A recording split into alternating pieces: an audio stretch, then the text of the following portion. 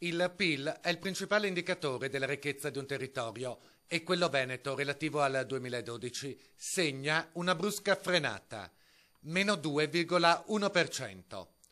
Quindi anche nel ricco nord-est si piange e tutto sommato, se fino ad ora il sistema ha tenuto, lo si deve soprattutto alla capacità degli imprenditori di dialogare con l'estero.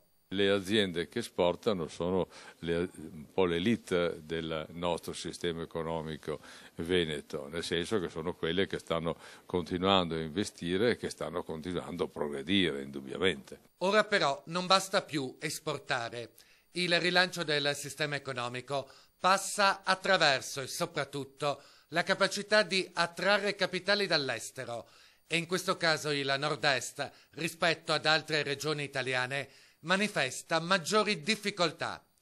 È quanto è riportato sul rapporto Veneto Internazionale, stilato da Unioncamere, che elabora anche una previsione relativa all'anno che verrà. Il PIL dell'anno prossimo dovrebbe avere una piccola perdita, ma più tendenziale che significativa, insomma.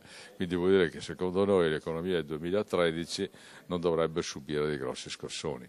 Oggi all'Auditorium di Santa Margherita a Venezia si è parlato di numeri, cifre, mercati, Europa ed inevitabile è caduta la domanda sull'annuncio del ritorno in politica di Silvio Berlusconi, che ieri ha provocato risalita dello spread e crollo di Piazza Affari.